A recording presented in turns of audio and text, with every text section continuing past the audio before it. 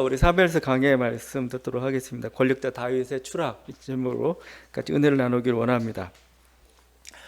신년 첫 예배이지만 여전히 우리는 다윗의 죄에 이렇게 머물러 있습니다. 실상 우리 인생이 그렇죠. 달력만 바뀌었을 뿐이지 우리 인간사가 자기 인생이 바뀌는 거 아니죠. 여러분이 갑자기 천사가 되는 건 아니잖아요. 나는 계속 그런 어떤 탐욕과 아니면 여러 가지 욕망과 어떤 미련과 아니면 또 무지와 여러 가지 어떤 고집과 실패 이런 것들을 그대로 가지고 그냥 또 어떻게 보면 새해를 또 맞고 있는 게 우리들의 모습입니다. 다윗도 마찬가지입니다. 그러나 다윗에게 좀 희망이 있는 게 있죠. 오늘 말씀을 통해서 그 희망이라는 게 다른 게 아니고 죄가 드러났다는 겁니다. 죄가 감춰지지 않고 드러났다는 것. 문제가 보이면 문제가 드러나면 괜찮은 겁니다. 왜냐하면 거기서 어떻게든 거기서 해결의 실마리를 거기서 찾아낼 수 있기 때문에 그렇죠. 문제가 보이지 않는 게 더 큰 문제인 겁니다. 그리고 다윗은 지금 자기 죄를 이렇게 외면하지 않고 이것을 감당할 해결하는 의지를 가지고 있습니다. 그런 면에서 희망이라고는 볼 수 있는 것이죠. 처음에 다윗은 아마 죄가 완벽히 처리됐다고 생각했을 겁니다. 여러 가지로 이렇게 완벽한 조치들을 취했죠. 더구나 그는 권력자입니다. 만약에 문제가 생기더라도 죄가 드러나더라도 덮어버릴 수 있어요. 그럴 힘이 있는 거죠. 그래서 어떻게 안심했을지도 모릅니다. 그러나 안심할 수 없죠. 왜냐하면 그것을 처음부터 끝까지 지켜보고 있는 다윗 자기 자신도 모르는 그 내면 세계까지도 보고 계신 분이 계시죠. 그게 영이신 하나님이죠. 하나님을 속이거나 하나님 심판을 면할 수가 없는 거죠.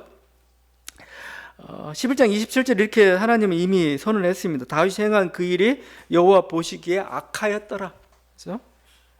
어떤 은밀한 죄도 하나님은 영이신이라는 말이 결국 그거 뭐예요? 하나님 바람과 같은 법입니다. 이 바람은 우리 몸 구석구석, 우리 무의식 구석구석까지 침투해 계시고 그분이 그 속사정을 다 알고 계세요. 나는 모르고 행동했는데 사실은 내 내면의 동기가 뭔지도 하나님은 다 알고 계신 거죠. 하나님뿐만 아니고 이미 내가 행했던 그 죄악은 지금 모든 정보를 지닌 채 지금 저 우주 공간을 빛의 속도로 지금 파장을 일으키면서 전파되고 있습니다. 저 먼 어떤 외계인이 이렇게 아주 좋은 망원경을 보고 가지고 있었다면은 그게 심지어 100만 년 후가 될지라도 볼지도 몰라요. 우리 정보라는 것은 죄의 정보라는 것은 사라지지 않고 있는 거죠. 그래서 어떻게 보면은 하나님이 지금 다윗이 죄를 저지르자마자 다윗의 죄를 지적하고 있는데 이게 진정한 하나님의 사랑인 거죠. 그냥 무마하고 덮어주고, 그러면 드라마 보면 그런 거 많이 보죠. 자식들의 죄를 덮어주면은 그게 잘 될 거라고 생각하는데 덮을 수가 없어요. 죄라는 것은 살아있는 겁니다. 실제적으로 성장하고 영향을 끼치고 또 죄라는 건 결국은 피해자가 있기 마련이죠. 피해자가 그냥 가만히 있지는 않아요. 소리치기 시작하고 결국 뭔가 해결하지 않고는 죄는 덮을 수가 없는 겁니다. 만약에 이게 이 생에서 해결이 안 되면 내 생에서라도 해결해야 된다. 그게 바로 하나님의 최후 심판이라는 거죠. 자, 그래서 하나님은 나단을 보냅니다. 나단을 통해 가지고 다윗의 죄악을 드러내고 다윗의 어떤 회개를 촉구하러 이렇게 나단을 보낸 거죠. 그래서 나단이 갑니다. 근데 나단이 갔는데 좀 이상해요. 하나님 말씀 받았으니까 야, 네가 죄를 지었어. 너 회개해. 이렇게 가야 될 텐데 그렇지 않고 나단은 갑자기 비유를 듭니다. 다윗한테 가가지고 비유를 들어줘요. 한 성읍에 부자와 가난한 자가 있었습니다. 근데 부자는 양과 소가 심이 많았어요. 굉장히 많았는데 가난한 자는 새끼 암양 한 마리만 있습니다. 근데 너무 이 새끼 암양을 그냥 있는 정도가 아니고 가족처럼 사랑을 했습니다. 거기 보면 얼마나 사랑했는데 함께 자고 먹고 딸처럼 품고 이렇게 할 정도였다는 거죠.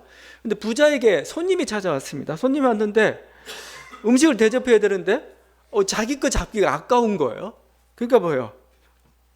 그 가난한 자의 암양 새끼를 뺏어다가 음식으로 대접한 겁니다. 손님에게. 이 비유를 듣자 지금 다윗이 뭐예요? 분노한 거죠. 분노해가지고 이놈은 죽어 마땅하다. 이렇게 비윤리적이고 이게 잔인하고 무정한 사람이 어디 있어? 그는 4배로, 한 배 정도가 아니라 4배로 갚아야 된다. 이렇게 분노를 했습니다. 그런데 사실은 그는 다윗을 향한 말이었죠. 다윗이 얽혀버리고 말았죠. 자기 이야기인지도 모르고 이렇게 분노했으니까 이제 더 이상 자기 말을 뒤집기도 어렵게 되었습니다. 여러분, 이 나단은 왜 비유를 들었을까요? 바로 직접 지적할 수 있었는데 바로 직선적으로 이렇게 가지 않고 왜 이렇게 애둘러 가는 것처럼 이렇게 비유식으로 이렇게 얘기했을까요? 그건 다른 게 아닙니다. 다윗의 죄를 확실히 밝히기 위해서 그렇죠. 다윗은 이 순간에 뭐요? 더 이상 어떤 자기를 합리화할 수 있는 그런 것들을 다 이렇게 그렇게 할 수가 없어요. 보통 그렇잖아요. 우리가 가장 흔히 쓰는 게 남이 하면 불륜이지만 자기가 하면 로맨스라고 하는데 다윗도 그랬을 수도 있어요. 이거 이건 사랑이었어. 뭐 이렇게 얘기할 수도 있죠. 아니면 상대방도 동의했어. 암암리에 동의했어. 아니면 또 어쩔 수 없었어 하면서 이렇게 나갈 수도 있습니다. 근데 비유가 뭐예요? 명확히 밝혀줍니다. 네가 무슨 짓을 했는지에 대해서 명확히 이건 도무지 내가 변명할 수가 없구나 이거죠. 여러분 이게 사실은 나단이 설득의 과정을 거친 겁니다. 그러니까 다윗한테 너 죄야 라고 하면 발뺌할 수 있잖아요. 이리저리 발뺌하고 인간이 그래요. 인간이 이렇게 인간이 자기가 죄를 저지른 게 그러니까 재판이라는 게 있는 게 그거잖아요. 막 1심, 2심, 3심 가고 막 오랜 시간 걸리고 이게 뭐예요? 분명히 범인은 있는데 그게 자꾸 그것을 안 밝혀요. 오히려 막 뒤집어 씌우기도 하고 완강히 거부하니까 참 힘든 거 아니겠습니까?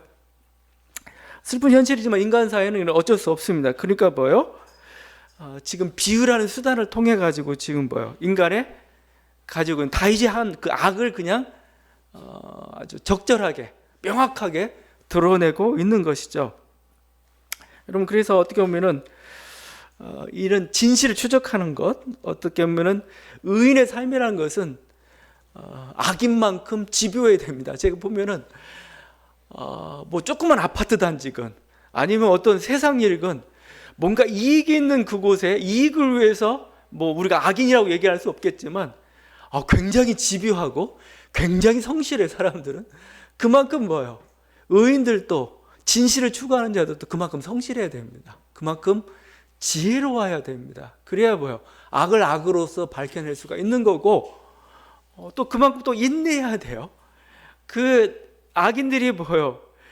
자신의 이익을 추구하기도 얼마나 꼼꼼하고 얼마나 성실하게 그 일들을 해내고 있는지 몰라요. 그만큼 뭐예요? 진실을 추적하는 사람도 선을 이루어야 되는 그만큼 지혜로워야 되고 그만큼 인내해야 되고 그만큼 집요해야 되는 겁니다. 슬프지만 그런 안타까운 현실이죠. 지금 뭐예요? 나단은 뭐예요? 하나님의 말씀을 받았음에도 불구하고 뭐죠? 지금 다윗의 죄를 지적하는 데 있어서 성실하잖아요. 지혜를 사용하고 있잖아요. 그래서 뭐죠? 설득하고 있고 동의하게 만들고 내가 잘못했구나라고 이렇게 하고 있잖아요. 그런 과정 사실은 필요합니다. 여러분 만약에 이런 과정들을 거치지 않았다면 다윗이 이렇게 정말 자기 변명의 길을 갈 수도 있습니다. 아까 얘기했지만 난 로맨스야 갈 수도 있어요. 이건 어쩔 수 없어서 갈 수도 있었어요. 사람은 공격당하면 그렇게 방어하게 되어 있어요. 처음부터. 그렇잖아요. 뭐죠? 이렇게 논리적으로 설득하고 비유로 가니까 결국은 꼼짝달싹 못하게 자기 죄를 인정할 수 있었던 거죠. 이게 바로 나단이 했던 그 일이고 나단을 통해서 그런 것이 우리는 어떻게 보면은 하나님 말씀을 받을 수도 있고 뭔가 하나님 감동을 받을 수도 있습니다. 그러나 그거 하나님 받았기 때문에 그냥 그대로 돼야 돼. 아니요. 그것도 설득이 필요한 거고 그것도 아주 계획과 그걸 통해서 실천해가는 그 과정들이 집요하고 아주 치밀한 과정들이 필요한 거죠. 이게 하나님의 일인 거죠. 이 과정을 통해서 지금 다윗이 얼마나 어리석은 일을 했는지를 지금 하나님 보여주고 있죠. 다윗을 부욕해 하신 분, 이 부육 소와 양과 심이 많게 되었는데 그건 뭐냐? 하나님이 주신 거죠. 다윗을 부욕해 하신 분은 바로 하나님이셨죠. 거기 8절에 이렇게 얘기합니다. 내 주인의 집을 내게 주고 내 주인의 아내들을 내 품에 두고 이스라엘 유다 족속을 내게 맡겼느니라. 만일 그것이 부족하였을 것 같으면 내가 내게 이것저것 다 더 주었으리라. 하면서 주었다 다 주었는데 네가 그것도 모자라가지고 가난한 자의 것을 빼서 이렇게 가난한 자의 것을 목숨을 빼앗고 결국은 그 소중한 것까지 그냥 완전히 다 네 소유로 만들었어. 이 부유한 자에게 있어서는 그게 뭐 이렇게 뭐 하나 없앤다고서 하나 들어온다 별 소용이 없는 겁니다. 그러나 가난한 자에게서 하나라는 굉장히 전부입니다. 전부 소중한 거고 그런 거죠. 어떻게 보면 현대 사회에서도 비슷한 건데 대기업들이 뭐죠? 조그만 그 골목 상권을 노리고 이렇게 들어오는 그것도 비슷한 양태라고 봐요. 골목 상권 그게 다예요. 대기업에게서는 그건 그냥 해도 그만 안 해도 그만 그럴 수 있는 것인지 모르겠지만 우리가 가진 것은 다 하나님이 주셨다라고 지금 다윗에게 얘기하고 있습니다. 다윗에게뿐만 아니고 우리 한 사람 한 사람에게 주어진 게 바로 그러기 때문에 부유하면 부유한 만큼의 도덕성이 요구도 돼요. 책임감이 요구가 됩니다. 현대사회에서는 이게 참 무감각해질 수가 있죠. 나는 정당하게 뺏어왔어. 난 계약한 거야. 그거야 뭐 자본주의 사회에서 정당한 거 아니야. 하나님 그렇게 보지 않아요. 하나님은 네 받은 걸로 그냥 뭐 이렇게 만족해. 이걸 만족하고 오히려 또 하나님 뭐죠? 네가 많이 하나님께 너희가 주었으니까 네가 지금 받은 것은 막 다윗은 내 힘으로 개척하고 내 힘으로 내가 이 일을 이뤘다 그게 아니고 하나님이 주셨다고 얘기하는데 바로 그것처럼 하나님이 주신 그것이라면 넌 뭐요? 하나님은 더 베풀길 또 원하세요. 그냥 혼자 꽁하니 갖고 있고 뭐 그런 게 아니고 나누기를 원하는 게 하나님의 뜻인 거죠. 지금 다윗은 그것에서 지금 실패했던 겁니다. 가난한 사람을 치고 죽이고 소유를 빼앗았습니다. 이거에 대해서 하나님은 9절에 이렇게 얘기하세요. 그런데 어찌하여 네가 여호와의 말씀을 업신여기고 나보기 악을 행하였느냐. 지금 다윗의 범죄에 대해서 뭐라고 표현하냐면 나를 업신여겼다. 나를 그냥 가볍게 여겼다 이거죠. 나를 부끄럽게 만들었다. 왜 이런 말이 나올까요? 성경에서는 하나님은 어떠한 분이시냐? 항상 객과 고아, 과부, 가난한 자의 하나님 이렇게 표현합니다. 약자들의 아버지예요.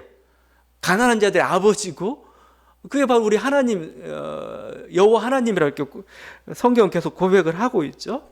하나님 돌보시는 백성이에요. 근데 자기 백성을 뭐예요?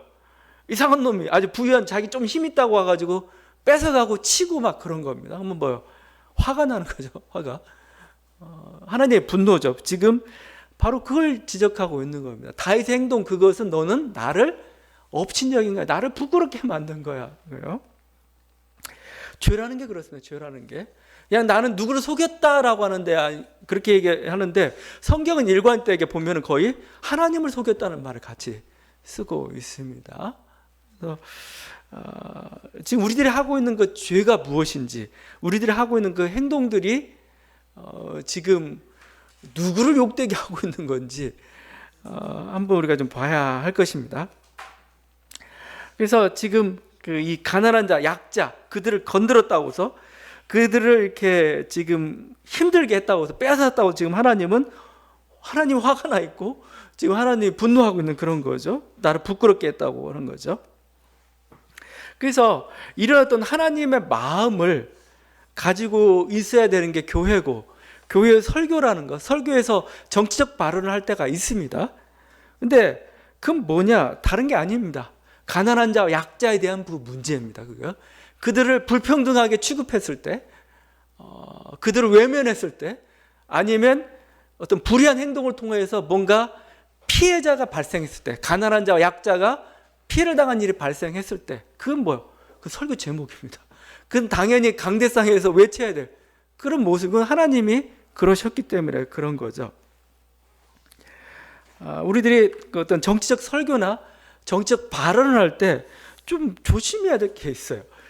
뭐가 정말 옳은 건지, 그러니까 정치적 발언은 무조건 하지 말아야 되는 건지, 아니면 하면 무엇을 해야 될 건지가 좀 판단을 좀 하셔야 되는 겁니다.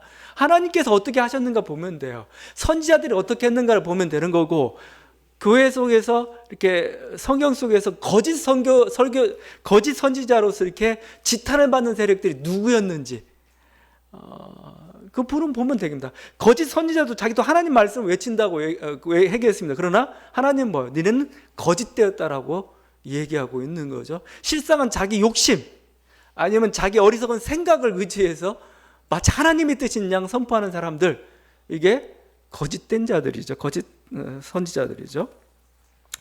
지금 하나님은 우리들이 정치적으로 그거에 대해서 발언할 때가 뭐냐? 가난한 자의 문제, 약자에 대한 문제입니다. 이거에 대해서 불이하게 취급하든지 불평등하게 취급했을 때 하나님 굉장히 화를 내시고, 이것은 당연히 외쳐야 되는 게 교회의 모습이죠. 자, 이러한 모습 때문에 지금 다윗이 하나님의 심판을 지금 책망을 받고 있습니다. 우리가 지금 다윗을 여러 모습을 보고 있는데, 다윗의 위대함이 뭘까? 물론 다윗 능력이 뛰어나고 탁월한 면도 있고 막 그렇습니다. 근데 다윗의 위대함은 오늘 말씀에서 우리가 알 수 있는 그 다윗의 위대함이라는 건 뭐냐? 자기 잘못을 알고 인정한다는 겁니다. 잘못 인정한다는 게 쉽지 않아요, 그거요. 바로 이렇게 얘기해 나다니, 당신이 그 사람입니다. 그러니까 다윗은 내가 여호와께 범죄하였다. 이 히브리어로 보면 하타티 라 야훼 해가지고 나는 야훼께 범죄했습니다라고 아주 그냥 변명 없이 그대로 수긍하고 그 모습입니다. 여러분, 권력자가 이런 태도를 취한다는 게 쉽지가 않아요. 만약에 똑같은 말을 그 다윗의 아들 압살롬에게 했다고 생각해 보십시오. 죽습니다. 그냥 죽여버려요. 압살롬은 자기 잘못 인정하지 않죠. 자기 잘못을 떠나서 자기 정당성이 약화돼 이건 안 된다, 여러 가지 핑계를 대면서 아마 죽였을지도 몰라요. 근데 다윗은 그것을 그대로 받아들이고 있다는 겁니다. 권력의 자리에 있으면 자기 연약함을 인정한다는 것, 그것이 진짜 신앙이죠. 그게 진짜 하나님의 사람이고, 그게 다윗의 강점이고 다윗을 위대하게 만들었던 그 힘이기도 하고 그렇습니다. 이게 얼마나 어려운지, 나라는 고사하고 교회, 물론 큰 교회면 큰 권력이 있고 그렇겠죠, 나름대로. 그런데 그 권력, 교회라는 그 어떤 정말 얼마 되지도 않는 그 권력 놓기 싫어가지고 그냥 자기 잘못을 합리화하거나 아니면 그 반대 세력들, 그 자기를 그 비판하는 세력을 억누르는 그런 대형교회 목회자들의 모습들은 지금 우리들에게 비일비재하게 지금 드러나고 있는 거죠. 조그마한 권력도 이렇게 벌벌 떨고 있는데, 나라란 엄청난 그 권력 앞에서 자기 죄를 인정한다는 거 쉬운 문제가 아니죠. 근데 다윗은 그것을 이렇게 인정하고 있고, 이게 다윗을 위대한 사람으로 만들어주고 있고, 다윗이 시편에 그리고 있는 그 참회시들, 주옥 같은 그 참회시들이 있습니다. 51편도 그렇고 22편, 66편 이게 다윗의 참회시들이 정말 우리들에게 오늘날에도 이렇게 심금을 울리고 있는 그 모습은 자기가 직접 경험했고, 자기가 그 죄를 처리하는 과정 속에 하나님의 용서의 은혜가 무엇인지를 체험했기 때문에 이렇게 나올 수 있는 거죠. 하여튼 이렇게 다윗은 자기 죄를 인정했지만 그 죄는 용서는 받았지만 하나님으로부터 죄의 대가는 받아야 되는 거죠. 다윗이 범한 죄의 대가는 컸습니다. 11절입니다. 보라, 내가 너와 내 집에 재앙을 일으키고 내가 내 눈앞에서 내 아내를 빼앗아 내 이웃들에게 주리니 그 사람들이 내 아내들과 더불어 백주에 동침하리라. 지금 이제 13장부터 계속 이후에 전개되는 것은 정말 다윗 가문의 추락이라고 볼 수가 있습니다.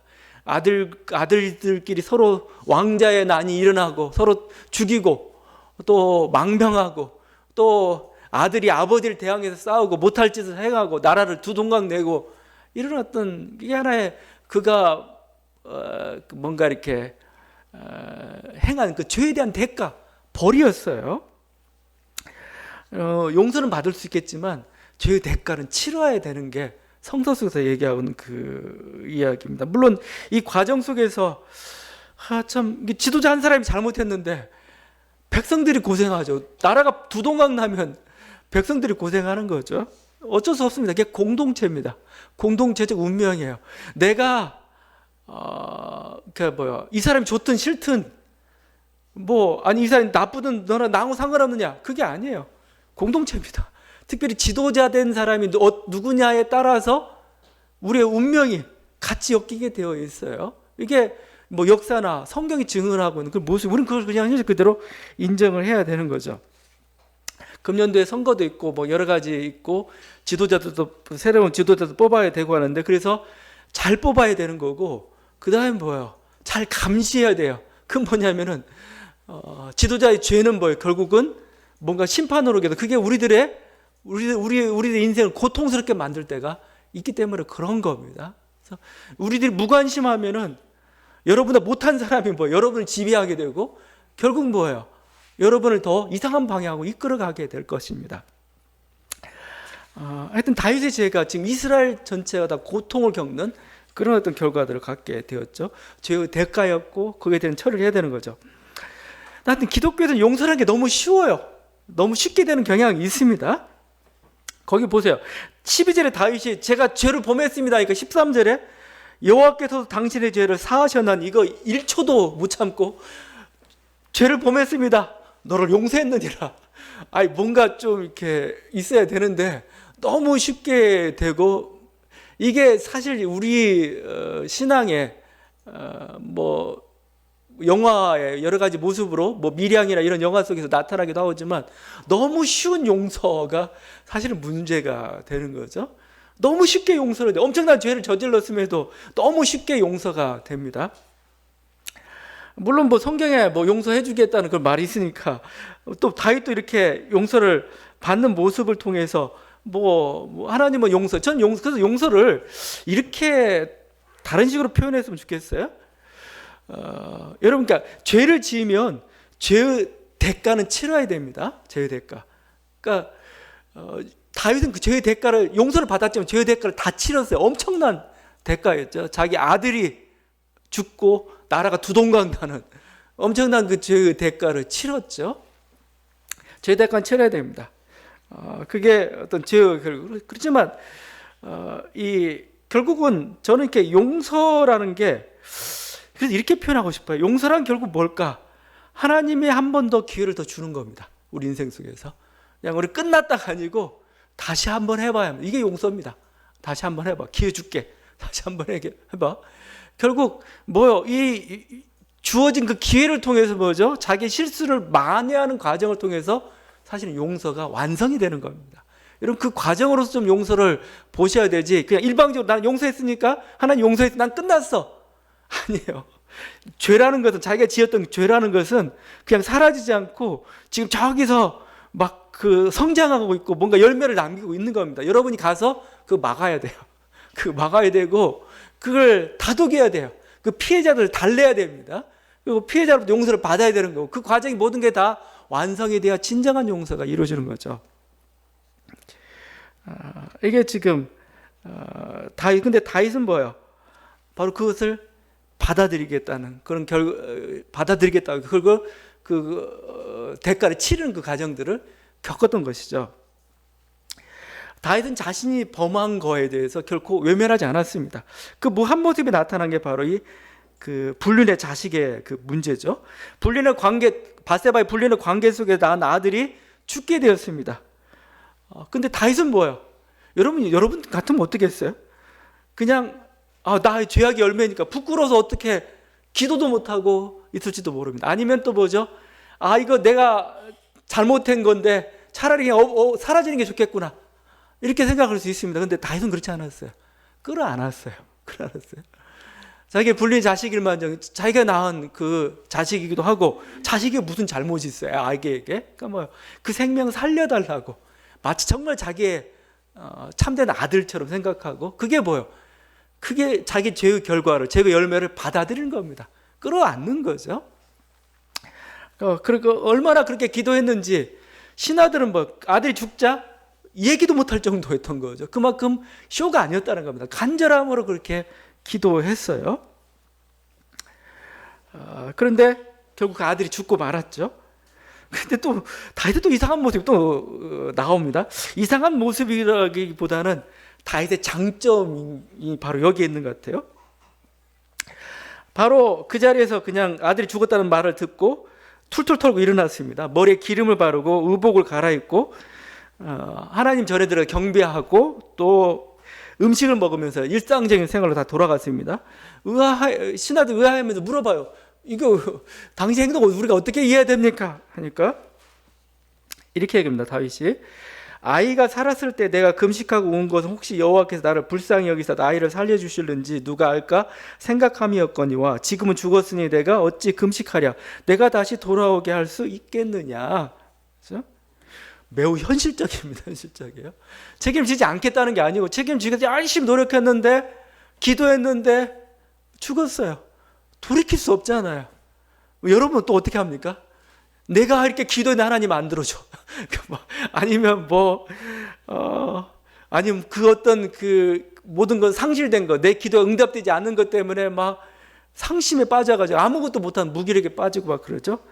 그런데 다윗은 그러지 않아요. 툴툴 털었어요. 이미 끝났는데 뭐 하냐? 어떻게 하냐?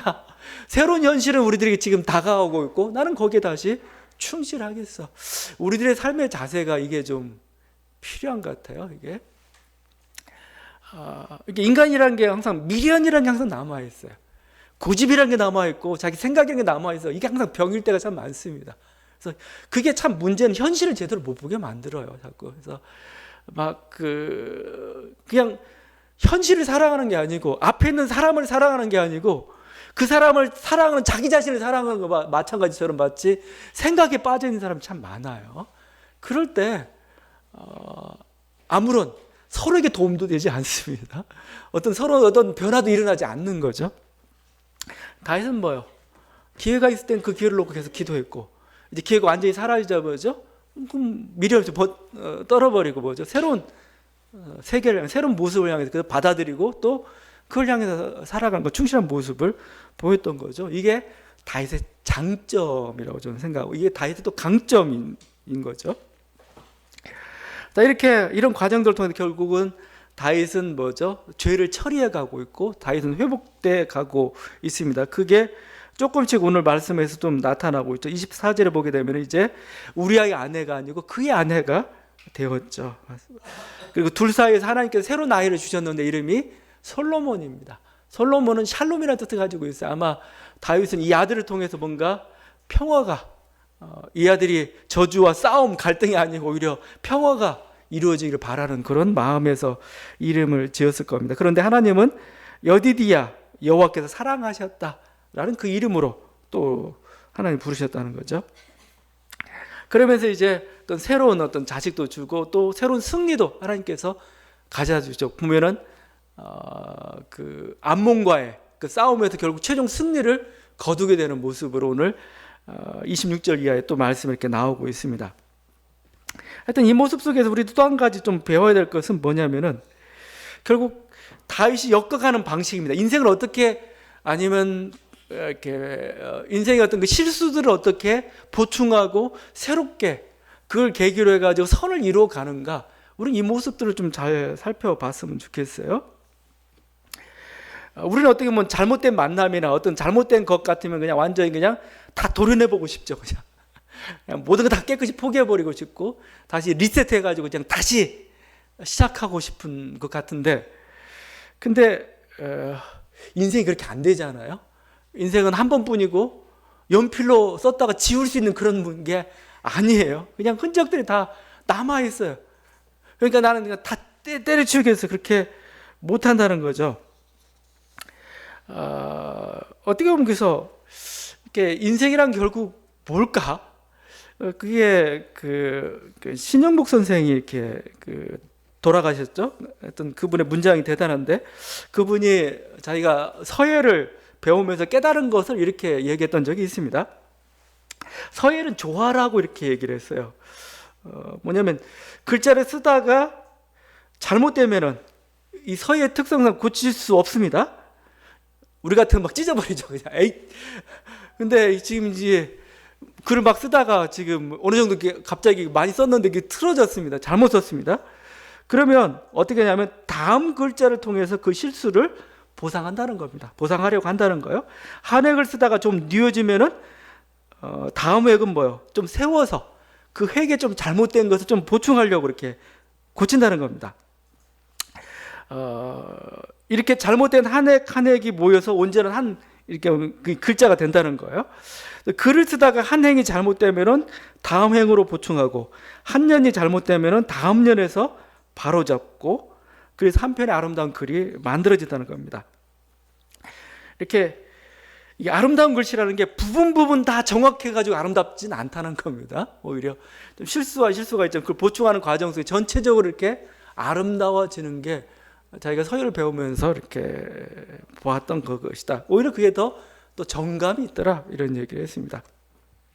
우리 인생 또한 그렇다는 겁니다. 실수하고 보충하고 실수하고 보충하고 그러면서 우리 인생을 이렇게 우리 인생이란 그 작품이 완성이 됩니다. 사울은 뭐에서 실패했을까? 사울이 물론 잘못한 것도 있고 그렇지만 결국 사울의 결정적인 실패는 포기했다는 데 있습니다. 포기했다는. 막 쓰다가 몇 번 망쳤어요. 에이 그만둬. 이게 사울의 인생이었던 거죠. 그게 결정적 잘못이었던 것 같아요. 그게 완전한 실패로 끝나버리고 말았던 거죠. 주님 우리에게 말씀하십니다. 하나님을 사랑하는 자, 곧 그 뜻대로 부르심을 입은 자들은 모든 것이 합력하여 선을 이룬다. 이 합력이란 게 뭘까요? 나의 실수들, 실패들 있죠? 그까지 뭐예요? 그 바탕 위에서 다시 그걸 만회하게 우리 인생을 사는 거예요. 보충하고 다시 바로 세우려고 하다가 어느 정도 전반적으로 바로 세워졌어요. 또 다음을 가고 또 실수하면 또 보충하고 이렇게 하는 게 바로 우리 인생인 겁니다. 그런 사람이 정말 발전적이고 그게 아름다운 인생이고 그게 다윗의 인생이었다는 거죠. 그런데 한번 휙 꺾였다고 해서 그냥 아예 그냥 놓아버린다면은 그것이야말로 실패인 거죠. 다윗은 뭐예요? 하나님 보시기에 또 아름다운 인생이 되었던 건 뭐죠? 다윗이 실수가 없었다는 데서 아름다운 게 아닙니다. 실수를 딛고 뭐죠? 새롭게 계속해서 실수를 만회해 보려고 이렇게 노력했다는 데서 있는 것이고, 여러분 우리들이 인생 속에서 여러 가지 하나님께 주는 놀라운 은혜들이 있죠. 여러분 그 은혜들 그게 좋은 것만 있는 게 아니고 나쁘고 실패하고 절망한 것도 있습니다. 그것도 자기의 인생입니다. 어떻게 우리들이 작품을 써내려가야 될 그것은 뭐예요? 바로 그거예요. 그거 다른 거 아니에요.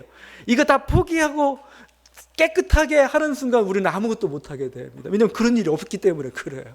그렇다면 뭐냐? 받아들이는 거죠. 받아들이면서 여기서 뭐죠? 어떻게 이것을 이 잘못된 이 시작을 조금이라도 만회해 볼까 나아가는 게 우리 인생이, 그게 결국은 우리를 성공적인 인생으로 만들어 간다는 것입니다. 하나님께서는 뭐예요? 우리들에게 그런 은혜를 주셔요. 용서의 은혜가 바로 그런 거죠. 용서는 뭐예요? 다시 시작하라는 겁니다. 다시 시작하라는 거. 그냥 네 죄가 없어졌으니까 너는 그냥 무죄야. 그 선언이 아니고 너 절망하지 말고 너 여기서 넘어졌는데 그냥 주저앉지 말고 다시 시작하라는 겁니다. 다시 시작해서 다시 가. 그래서 하나님 원하는 그런 아름다운 삶, 그런 삶을 살라는 겁니다. 바로 그런 은혜가 있는 또 새해, 또 여러분 좌절하지 않고 또 앞을 향해서 나아가는 그런 새해가 되기를 간절히 바랍니다. 기도하시겠습니다.